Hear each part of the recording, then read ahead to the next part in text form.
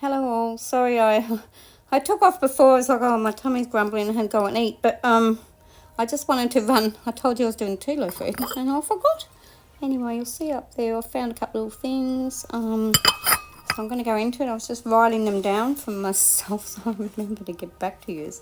So of course I picked up the first one I turned today was rabbit. So rabbits, fertility straight away. They bring prosperity. This whole reading is it's quite interesting. They're agile rabbits too. They're the goddess of love, Aphrodite from the Greek mythology was one of her. She would work with the rabbit energy. She was one of her symbols. So they're very quick thinking. They're very adaptable, very nimble, and they bring good luck, of course, and a long life. They're very skillful, and the prosperity as well jumped out to me there. Was one of the first things, which is a good thing. Now this was something I was just reading. It caught my eye and I thought I might share it with you because it was interesting. It came off, I think it was just simply Wikipedia. So in the 1900s they used to go rabbit, rabbit, rabbit, or they go white rabbit. And I still hear people say this to today on the first of the month, yeah. And people would know that good luck would abound them and come to them. So, or gift of some sort.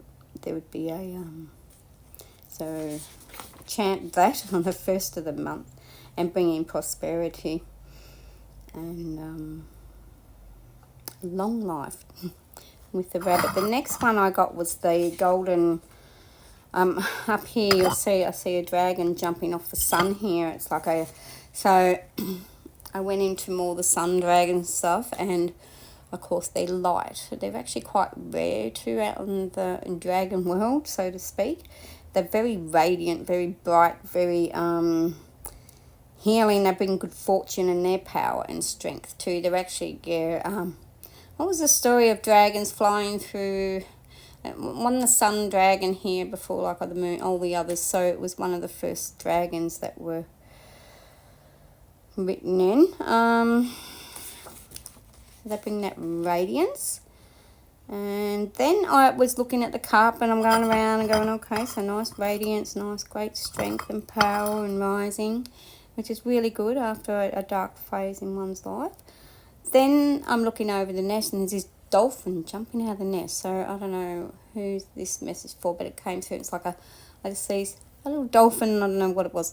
But for me, dolphins are, they're strong, they're bold when they need to be.